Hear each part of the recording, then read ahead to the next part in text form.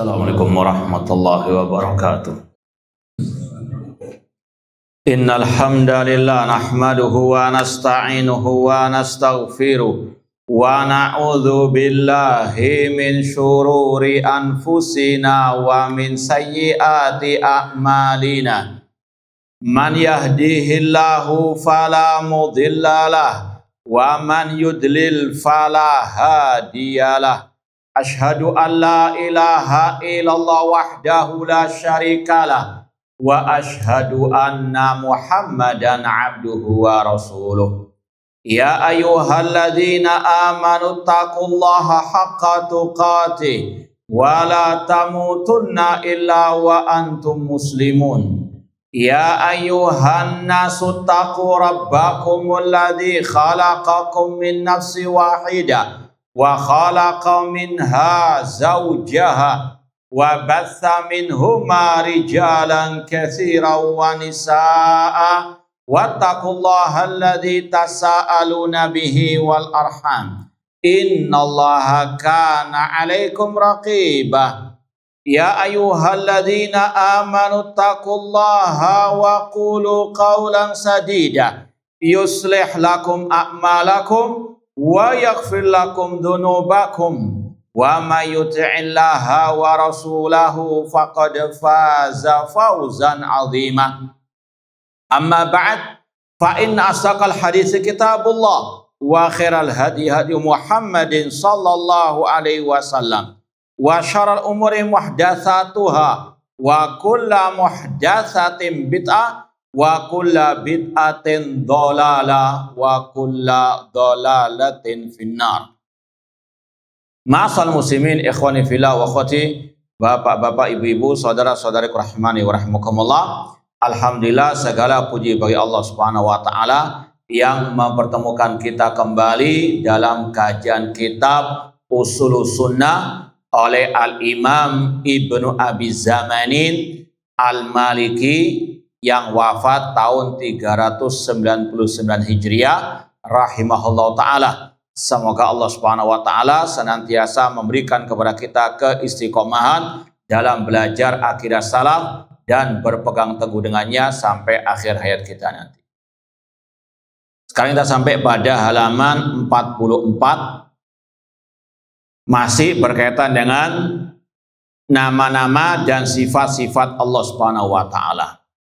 Qala Muhammad, yaitu penulis Al-Imam Ibn Abi Zamanin rahimahullah ta'ala, wa qala azza min qail, Allah azza wa jalla berfirman dalam surat Al-A'raf 180, walillahil asmaul husna fad'uhu biha. Allah memiliki nama-nama yang paling baik, maka berdoalah kepada Allah dengan menyebut nama-nama tersebut. Ma'asal muslimin ikhwani fillah wa akhwat rahimani wa rahimakumullah. Setelah penulis membahas agak sedikit terperinci yang berkaitan dengan sifat-sifat Allah, sekarang beliau membahas tentang nama-nama Allah. Ma'asal muslimin ikhwani fillah wa akhwat rahimani wa rahimakumullah. Allah berfirman tadi, walillahil asmaul husna. Allah memiliki nama-nama al-husna. Maka di sini kewajiban setiap muslim muslimah menetapkan Allah memiliki al-asma, sebagaimana kewajiban kita menetapkan Allah punya as-sifat. Ya, ini dalil Allah memiliki al-asma. Ini membantah kelompok al-Jahmiyah yang menolak, mengingkari nama-nama Allah. Kelompok Jahmiyah, mereka mengatakan Allah tidak punya nama, tidak punya sifat. Ini jelas kebatilan dan juga kekufuran mereka. Sedangkan Allah dengan terang benderang mengatakan walillahil asma'u al-husna. Kemudian mungkin sedikit menambahkan seperti yang disampaikan oleh Syekh Muhammad bin Shalih Al-Utsaimin rahimahullah dalam kitab beliau Al-Qawaidul Muslah. Ada beberapa kaidah yang berkaitan dengan nama-nama Allah Meskipun sudah kita sering sampaikan beberapa kaidah tersebut. Yang pertama di sini, ya, kaidah pertama dalam ayat mengatakan semua nama Allah Al-Husna. Ya, semua nama Allah itu Al-Husna. Al-Husna artinya yang paling baik. Balighatun fil husni ghayatah.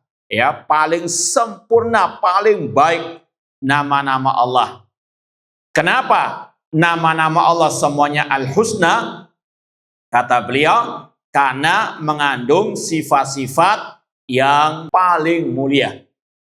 Sekali lagi, kenapa dinamakan Al-Asmaul Husna? Karena setiap nama Allah mengandung sifat yang sempurna, yang mulia, yang tidak ada kekurangan, tidak ada cacat sama sekali. Ya, maka dinamakan Al-Asma'u Al-Husna. Ya, semua nama Allah Al-Husna. Contoh nama Allah Al-Hayyu. Allah yang maha hidup. Mana dalilnya? Allahu la ilaha illa huwa Al-Hayyul Qayyum dalam ayat kursi. Wa tawakkal 'alal hayyil ladzi la yamut. Bertawakallah kepada zat yang maha hidup. Al-Hayyu salah satu Al-Asmaul Husna. Al-Hayyu adalah ya termasuk nama yang paling baik. Ya, kalau mau diperinci lagi, karena mengandung al-haya al-kamilah. Karena kehidupan Allah sempurna, tidak ada kekurangan sama sekali. Ya, maka namanya Al-Asmaul Husna tadi. Dinamakan Al-Asmaul Husna karena mengandung sifat yang maha sempurna. Tidak ada kekurangan sama sekali. Allah As-Sami, itu nama Allah. As-Sami, termasuk Al-Asmaul Husna. Kenapa dinamakan Al-Asmaul Husna? Karena mengandung sifat yang paling sempurna.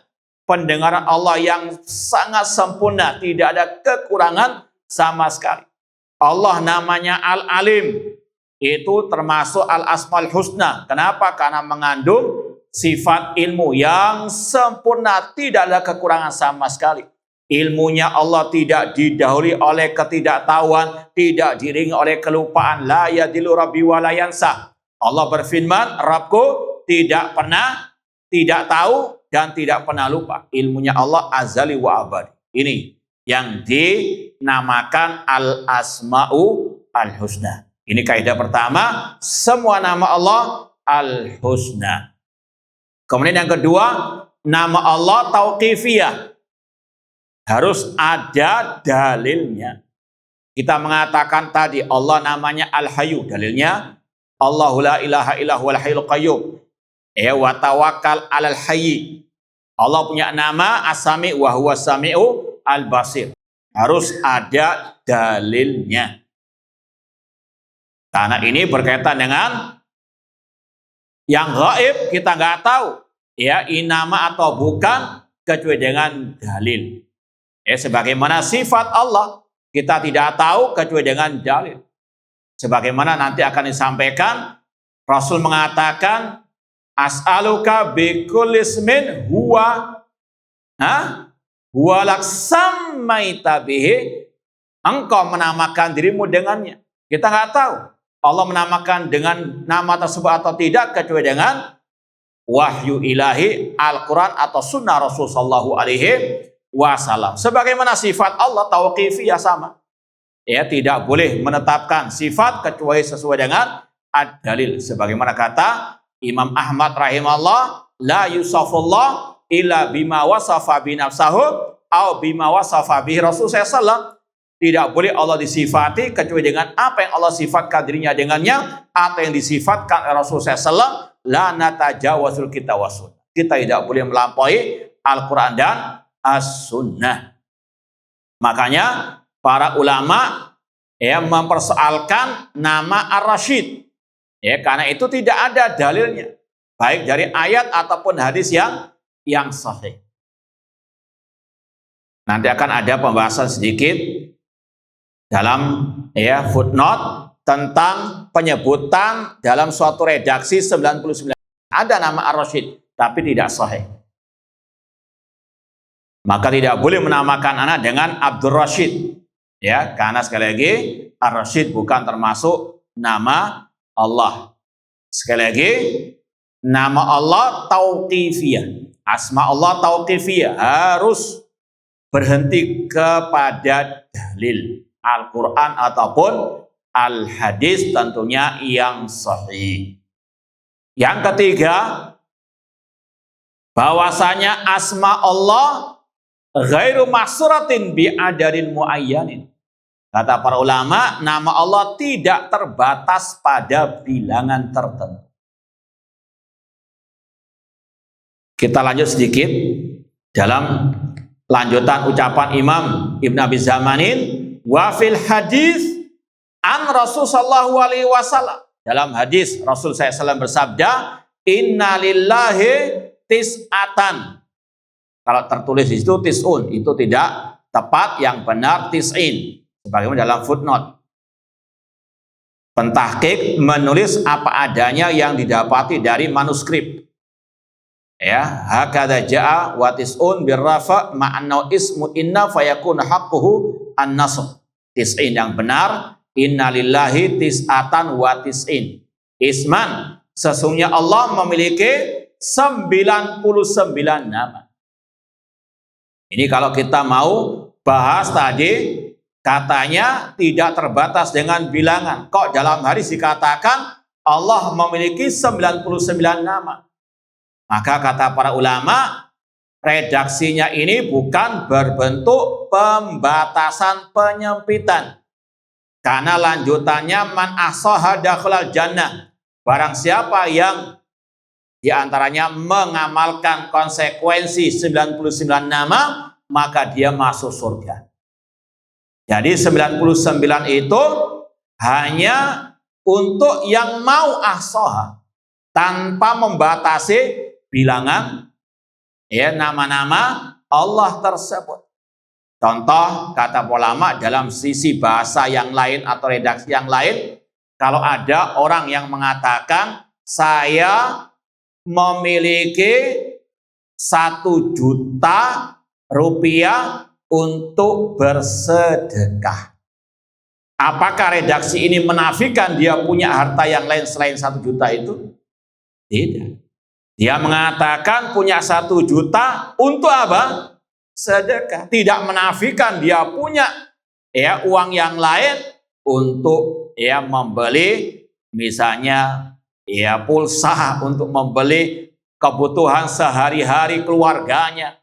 Sama dengan hadis tadi. Allah memiliki 99 nama, barang siapa yang mau ahsaha, yang mau mengamalkan isinya, memahami maknanya, maka dia masuk surga. Paham dong? Jadi sekali lagi, kata-kata 99 nama ini bukan pembatasan. Ya, namun itu Allah ya sediakan bagi yang mau ahsaha. Makanya kalau mau dibahas lagi, makanya para ulama berselisih pendapat tentang penentuan 99 nama itu dari ayat dan hadis. Tetap dalilnya ayat hadis. Cuma penentuannya ini nama atau bukan ada khilaf di antara para ulama. Paham? Ya, sekali lagi sama-sama memakai ayat dan hadis. Cuma mereka berselisih pendapat dalam penentuan 1 sampai 99 itu. Kalau mau lebih terperinci, ini pernah kita isyaratkan, ada kitab judulnya Mu'taqad Ahlussunnah wal Jamaah fi Asma'illahil Al-Husna oleh Syekh Dr. Muhammad bin Khalifah At-Tamimi, dosen UIM. Ini beliau menyebut beberapa ijtihad ulama ya tentang penentuan nama-nama tersebut. Mulai dari yang terdahulu sampai yang ulama terkini, di antaranya Syekh Muhammad bin Saimin juga dicantumkan dalam kitab beliau tadi Al-Qawaidul Muslah. Intinya kalau dibahas ya antara satu dengan yang lainnya ini berbeda. Qadarullah ana lupa bawanya. Antara satu ulama dengan yang lainnya penentuannya berbeda-beda. Meskipun sama hasil terakhirnya berapa? 99. Maknanya apa? Nama Allah lebih dari apa? 99. Yang ini menetapkan yang situ, yang ini tidak. Namun menetapkan yang lain. Paham dong? Ya, sekali lagi, nama Allah lebih dari 99 dan itu dikuatkan oleh hadis riwayat Imam Ahmad dalam hadis doa tentang kesedihan. Di antaranya tadi, Allahumma inni as'aluka bi kulli ismin huwalak samaita bi nafsak au anzalta fi kitabik au 'allamta ahadan min khalqik au ista'sata bi fi ilmil ghaibi indak. Ya Allah, aku memohon kepadamu dengan semua nama yang engkau miliki, yang engkau namakan dirimu dengannya, yang engkau ajarkan kepada seorang dari hambamu, yang engkau turunkan dalam kitabmu, dan yang engkau simpan dalam ilmu ghaib. Rasul mengatakan ada nama Allah yang disimpan dalam ilmu ghaibnya Allah. Kalau sudah disimpan dalam ilmu ghaibnya Allah, adakah yang tahu ilmu ghaib selain Allah? Tidak ada yang tahu. Maka sekali lagi, nama Allah tidak terbatas dengan bilangan, karena Rasul mengatakan ada nama-nama Allah yang Allah simpan dalam ilmu ghaibnya yang tidak ada yang mengetahui selain diri Allah Subhanahu wa taala. Adapun 99 hanya sebagian. Paham dong? Baik. Kaidah yang keberapa? Yang keempat, nama Allah dari satu sisi menunjukkan zat Allah, dari sisi yang lain menunjukkan akan sifat Allah. Kalau bahasa Syekh Utsaimin, asma Allah a'lam wa ausaf. Nama Allah itu dari satu sisi menunjukkan akan zat Allah. Maknanya, tadi Allah memiliki 99 nama. Antara Al-Rahman, Ar-Rahim, Al-Hayyu, Al-Qayyum, itu menunjukkan akan apa? Satu zat, Allah Subhanahu wa ta'ala. Makanya Allah berfirman, Qul Allah awidur rahman ayyama tad'u falal asma'u al-husna.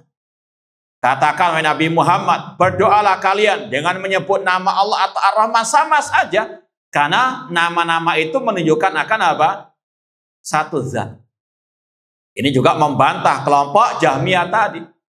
Di antara alasan kenapa mereka menolak, mengingkari, mendustakan nama-nama Allah, mereka mengatakan Allah tidak punya nama. Menurut akal picik kelompok Jahmiyah, kalau Allah memiliki nama yang banyak, berarti Allah lebih dari ini. Akal picik, karena apa? Ya, jangankan Al-Khaliq, ya makhluk saja satu orang kadang memiliki banyak apa? Ini sesuatu yang sudah dimaklumi bid-darurah. Contoh Nabi kita Muhammad SAW memiliki banyak nama, Muhammad, Ahmad, Al-Mahi, Al-Hashir, dan seterusnya. Ya, ini sekali lagi nama Allah 99 menunjukkan tetap satu zat Allah Subhanahu wa taala. Kita mengatakan ya Rahman, kita mengatakan ya Aziz, ya Zat, sama saja. Ya, kita memohon kepada satu zat. Ya, Qul huwallahu ahad. Paham? Dari satu sisi nama Allah menunjukkan zat Allah. Paham? Al-Khaliq artinya zat yang maha mencipta. Namun dari sisi yang lain, nama Allah menunjukkan akan sifat Allah. Karena setiap nama mengandung apa? Sifat.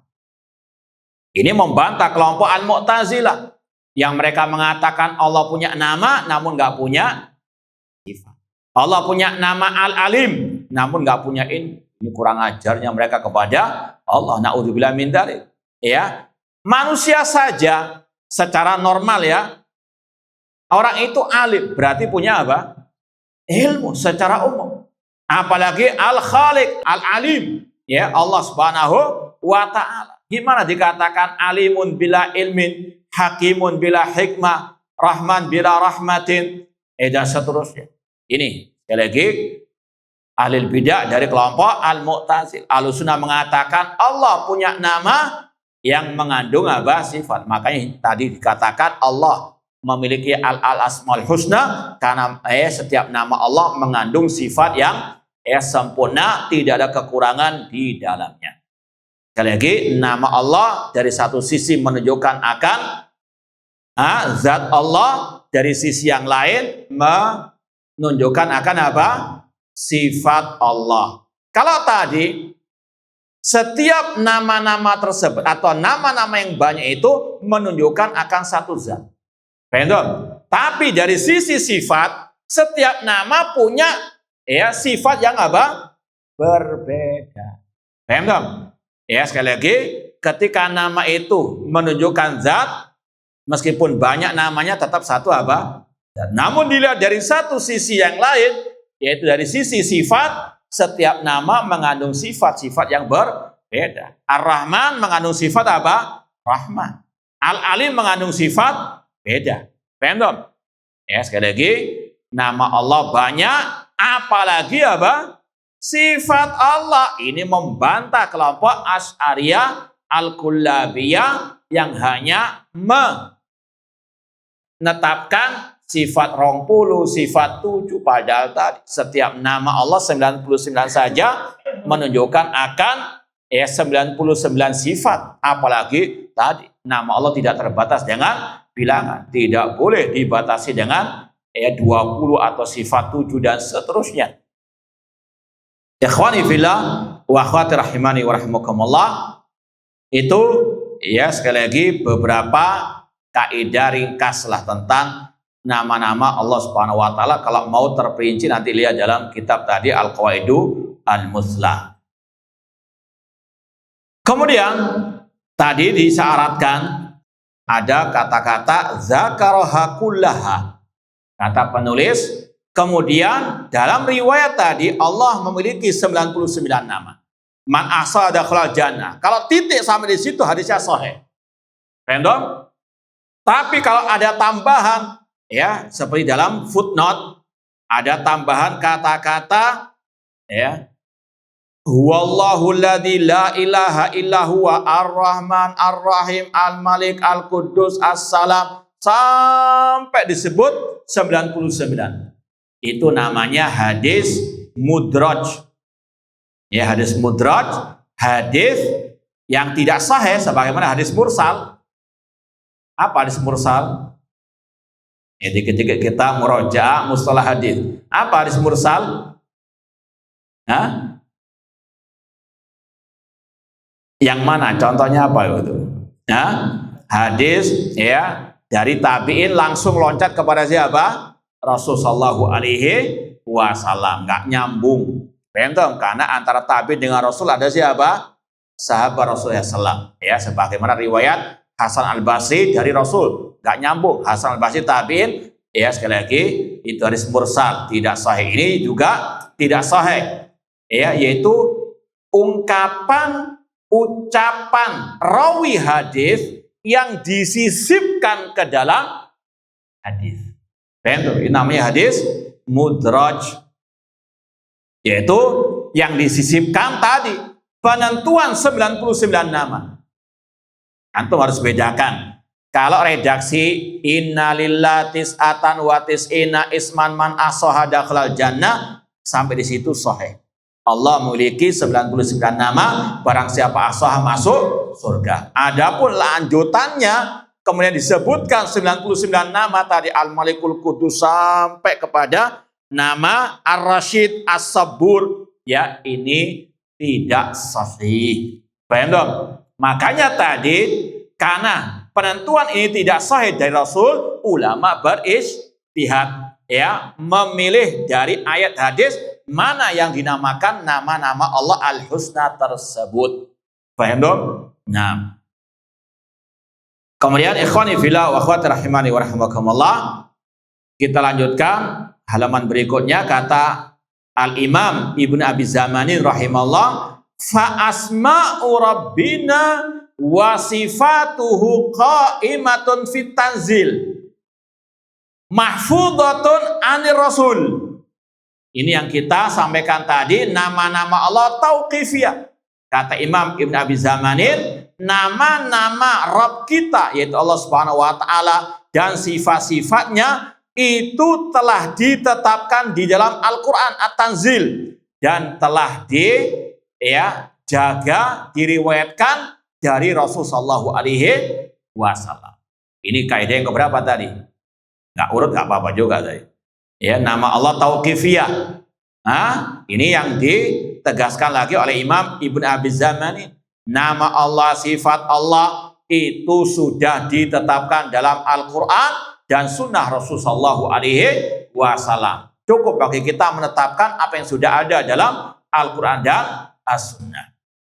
Kemudian kata beliau, wahya kulluha ghairu makhluqatin, dan semua nama Allah bukanlah makhluk.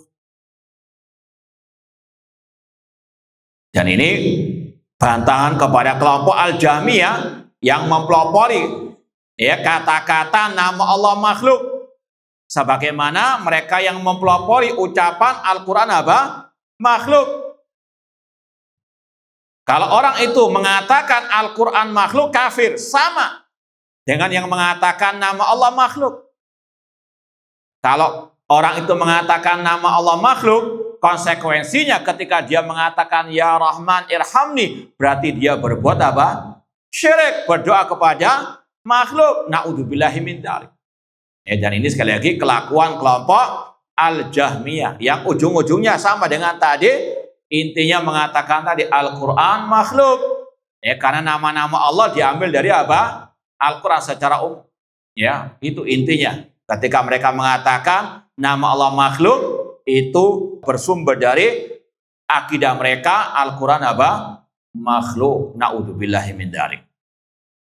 Kemudian kata beliau, wala mustahdatsatun, dan nama Allah itu bukan sesuatu yang baru. Maksudnya Allah Subhanahu wa taala dengan nama dan sifatnya itu sebagaimana dalam ayat huwal awwalu wal akhir. Dialah yang maha pertama dan yang maha terakhir. Nama dan sifatnya bukan sesuatu yang baru.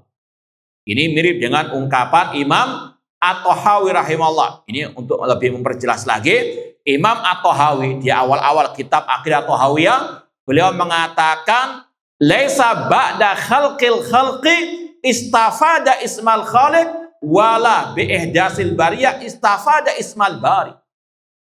Coba ketemu enggak? Di awal-awal. Laisa ba'da khalqil khalqi istafada ismal khaliq. Tidaklah Allah setelah menciptakan makhluk baru punya nama Al-Khaliq.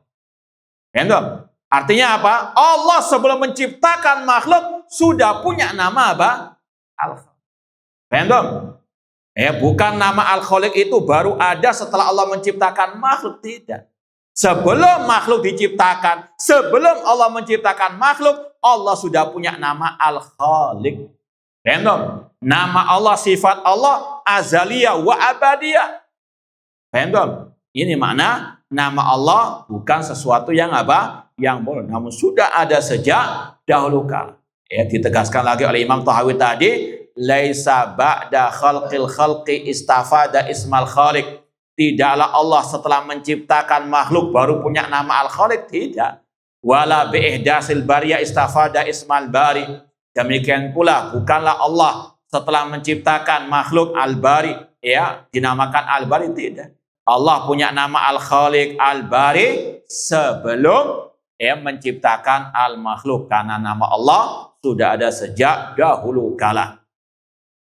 Fata'ala Allah amma yakulu al-mulhidun uluwan kabira. Maha tinggi Allah dari apa yang diucapkan oleh al-mulhidun, yaitu yang menyimpang, yang sesat dalam tauhid asma wa sifat. Ini ada kaitan sebetulnya insya Allah dengan lanjutan ayat surat Al-A'raf tadi, ayat 180.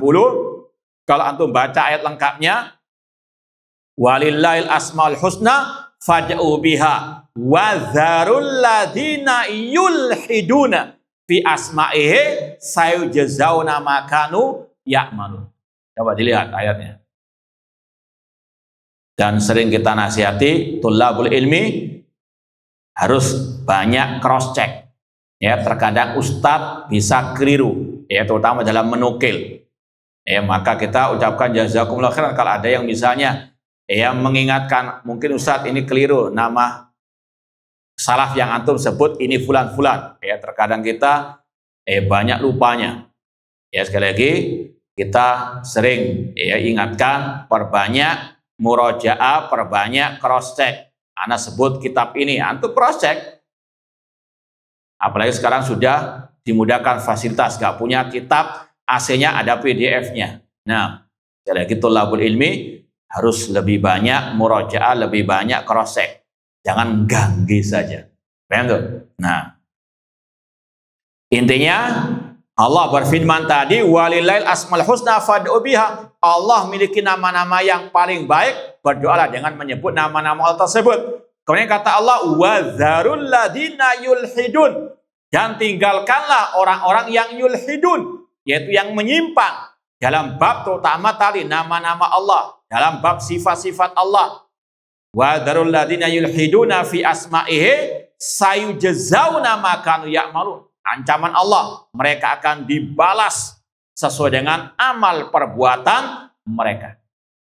Dan para ulama diantaranya juga Syekh Utsaimin. Nanti antum lihat lagi Qawaidul Muslah, ini juga dalam kaidah Asmaul Husna, bahwasanya al-ilhad, sekali lagi kata-kata maha tinggi, maha suci Allah dari yang dikatakan oleh al-mulhidun. Siapa al-mulhidun? Yaitu tadi yang menyimpang dalam bab tauhid asma wa sifat.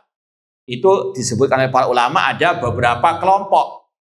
Siapa al-mulhidun?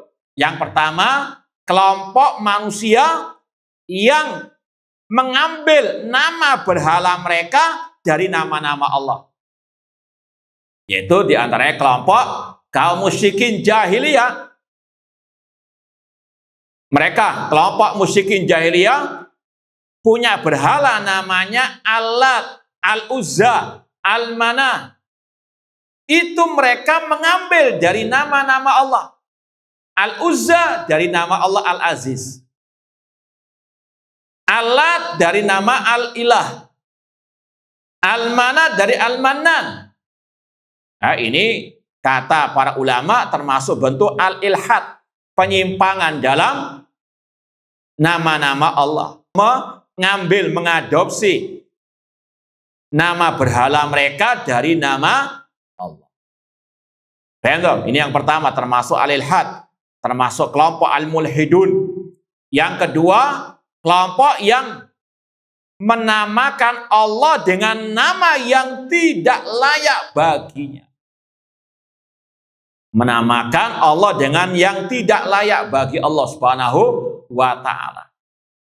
Seperti kata para ulama, kelompok Nasara atau orang-orang Nasara, mereka menamakan Allah dengan Aban, Tuhan Bapa. Na'udzubillahi min dzalik. Ini termasuk al-mulhidun bi asma'illah. Kemudian yang ketiga di antara al-mulhidun yaitu al-musyabbiha, yang menyerupakan nama Allah dengan nama makhluk. Al-musyabbiha, kelompok musyabbiha sudah kita sampaikan, yang mengatakan misalnya juga tangan Allah sama dengan tangan manusia. Adapun sekedar menetapkan Allah punya nama, punya sifat, tidak melazimkan apa? Menyerupakan. Inilah perbedaan antara as-salaf dengan ahlul bidah dari ahlul kalam. Kalau ahlul kalam, mereka menuduh yang sekedar menetapkan musyabbiha. Padahal musyabbiha versi salaf yang menyerupakan Allah dengan makhluk. Tangan Allah sama dengan tangan makhluk. Sifat wajah disamakan dengan wajah makhluk. Itu baru namanya al-musyabbiha, dan semuanya itu kufur akbar. Kemudian di antara bentuk al-ilhad yaitu al-mu'attilah, kelompok yang menolak, menafikan nama-nama dan juga sifat-sifat Allah. Seperti tadi kelompok Jahmiyah, kelompok Mu'tazilah.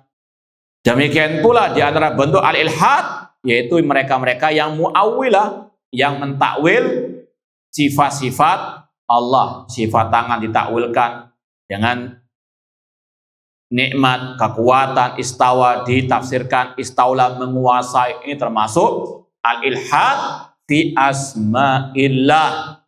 Na'udzubillahi min dzalik. Taib ikhwani fillah wa akhwat rahimani wa rahimakumullah, kita lanjutkan lagi poin ke-26. Ada hadis derajatnya hasan. Qala Rasulullah SAW, meskipun kalau redaksi ini mursal sama dengan tadi yang kita isyaratkan dari Hasan Al-Basri tabi'in, langsung qala Rasulullah SAW. Hadisnya apa? Redaksi penulis tidak sahih, tapi banyak riwayat-riwayat yang lain yang menjadikannya derajatnya naik kepada Al-Hasan. Artinya boleh dijadikan hujjah. Rasul bersabda, la tafakkaru fillah, jangan kalian memikirkan tentang zat Allah. Wa tafakkaru fima khalaq, namun pikirkanlah ciptaan Allah. Atau dalam ungkapan yang lain, tafakkaru fi khalqillah wala tafakkaru fi dzatillah. Renungkanlah tanda-tanda kekuasaan Allah, ciptaan-ciptaan Allah, makhluk-makhluk ciptaan Allah, dan jangan memikirkan zat Allah Subhanahu wa ta'ala. Ini berkaitan juga dengan masalah at-takyif, seperti yang sudah kita pernah sampaikan. Karena kita tidak pernah melihat zat Allah, tidak pernah melihat sesuatu yang serupa dengan Allah, maka nggak mungkin kita bisa apa? Membagaimanakan sifat-sifat Allah Subhanahu wa ta'ala. Yang kita bisa adalah tadi merenungkan tanda-tanda kekuasaan Allah yang intinya nanti kepada tauhid uluhiyah dan juga tauhid asma wa sifat. Jadi mentadaburi tanda-tanda kekuasaan Allah, ya, atau rububiyah Allah, itu nanti mengarahkan kita kepada tauhid asma wa sifat dan juga tauhid al-uluhiyah. Kalau masalah tauhid uluhiyah ini sering kita sampaikan. Contoh, Rabbus samawati wal ardi wa ma bainahuma fa'budhu. Allah pencipta langit dan bumi dan apa yang di antara keduanya. Apa konsekuensinya? Kelanjutannya fa'budhu, maka ibadahlah Allah. Tauhid rububiyah mengharuskan tauhid al-uluhiyah. Paham? Demikian pula tauhid rububiyah itu mengarahkan kita kepada tauhid asma wa sifat. Mana dalilnya? Di akhir surat At-Talaq. Allah khalaqa sab'a samawatin wa minal ardi mislahunna yatanazzal amru bainahunna lita'lamu annallaha ala kulli syai'in qadir wa annallaha qad ahata bi kulli syai'in ilma. Allah khalaqa sab'a samawatin. Allah yang menciptakan 7 lapis langit dan 7 lapis bumi. Yang mana perintah Allah turun di antara langit dan bumi tersebut. Apa? Follow up-nya, kelanjutannya, konsekuensinya, lita'lamu, agar kalian mengetahui Allah Maha Kuasa atas segala sesuatu, tauhid asma wa sifat, dan bahwasanya ilmunya Allah meliputi segala sesuatu. Ini tauhid rububiyah mengarahkan orang kepada tauhid asma wa sifat, meskipun nanti ujung-ujungnya kepada tauhid al-uluhiyah. Ya, ketika kita sudah tahu Allah tadi pencipta langit dan bumi, itu mengantarkan kepada tauhid asma sifat, kemudian tauhid asma sifat mengarahkan kepada tauhid al-uluhiyah. Sebagaimana dalam ayat, Allah memiliki nama-nama yang baik. Apa konsekuensinya? Fada'uhu, berdoalah kepada Allah. Tauhid al-uluhiyah. Nah, ujung-ujungnya kepada tauhid al-uluhiyah. Kemudian, ikhwani fillah wa akhwati rahimani wa rahimakumullah, la tafakkaru fillah wa tafakkaru fima khalaqa. Dan kata para ulama, kita diperintahkan tadi tadabbur alam, ya, merenungkan tanda-tanda kekuasaan Allah yang ada di makhluk-makhluknya.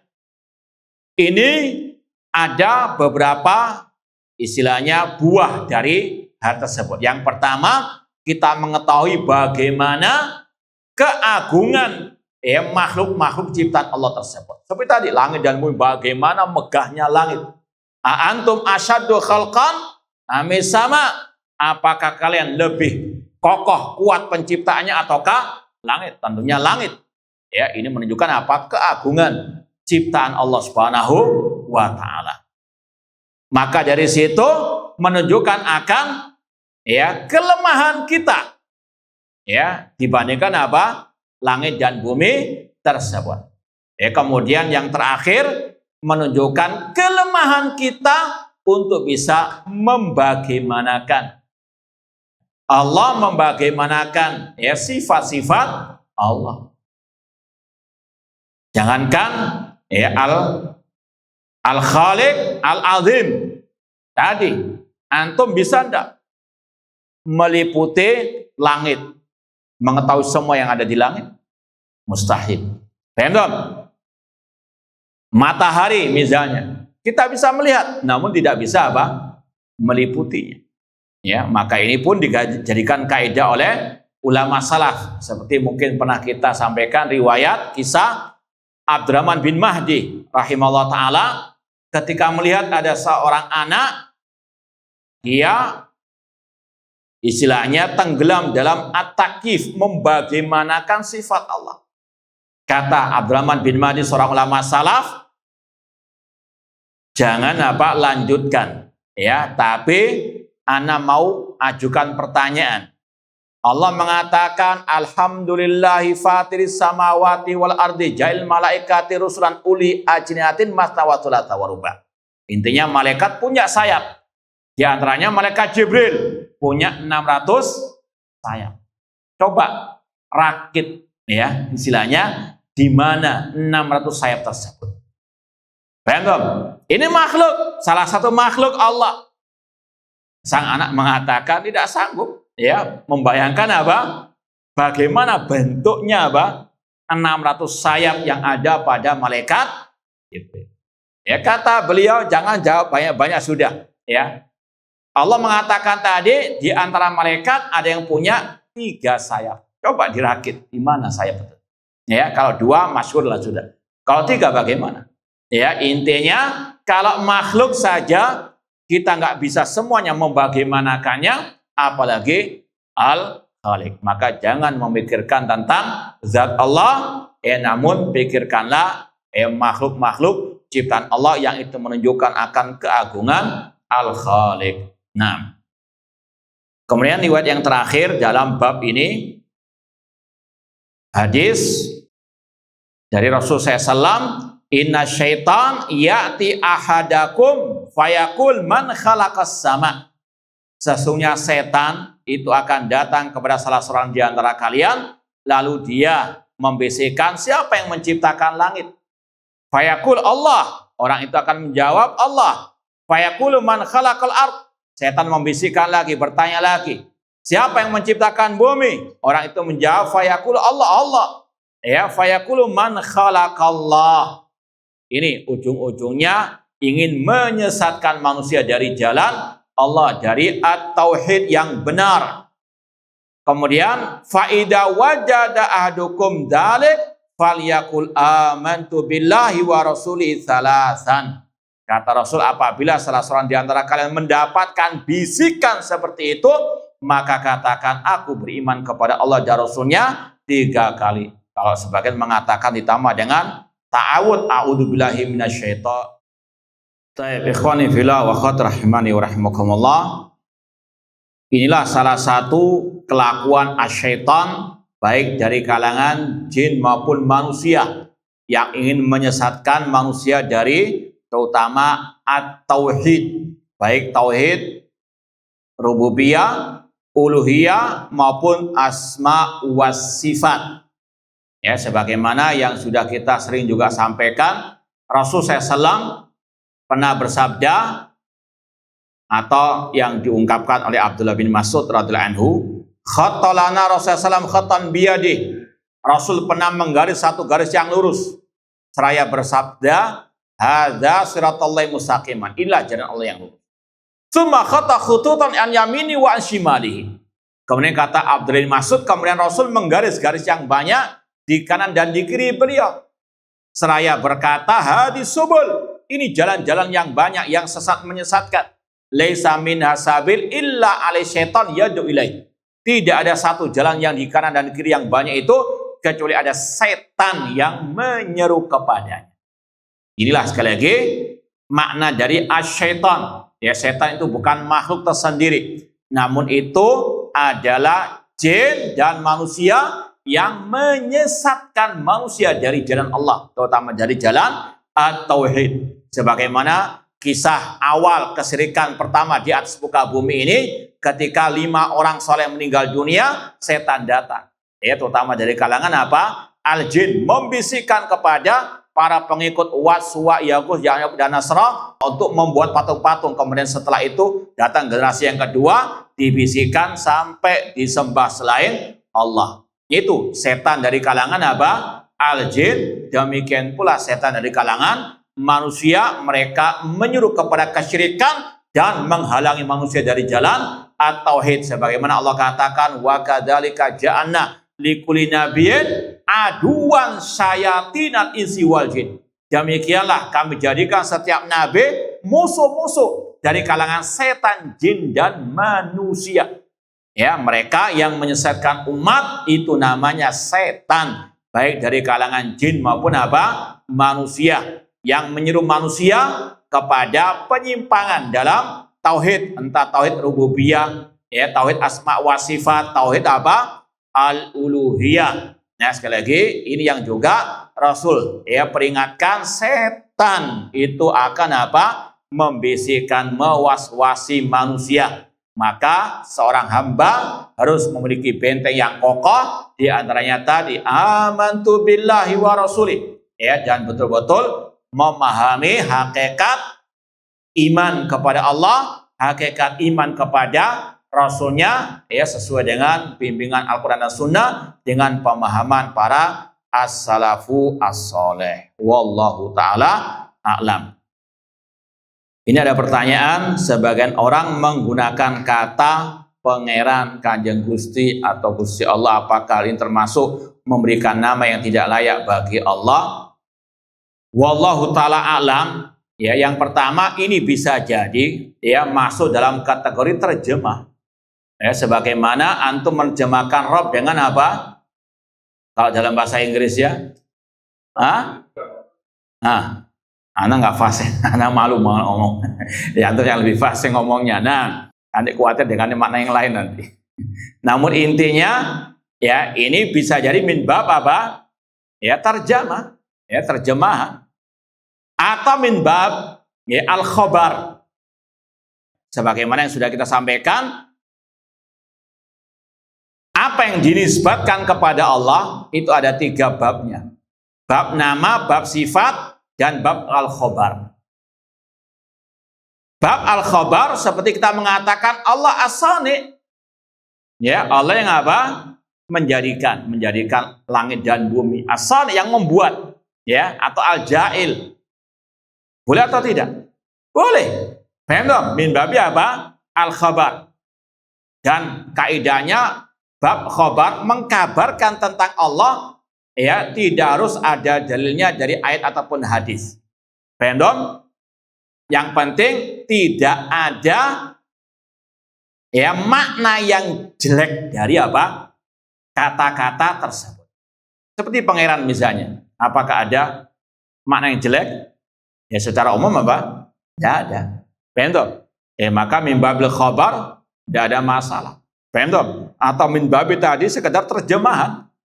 Paham? Ya, wallahu taala a'lam. Ya, kalau mungkin antum ya yang tulabul ilmi lebih baik ya kalau ragu pakai istilah-istilah yang apa? Ya, tidak meragukan, dak mayaribuk ila mala yaribuk. Ya, cuma dari sisi kaidah tadi ya bisa jadi min babi al khabar ya atau min babi terjemah dalam bahasa Jawa. Ya, Arab diterjemahkan dengan hal tersebut, tidak ada apa?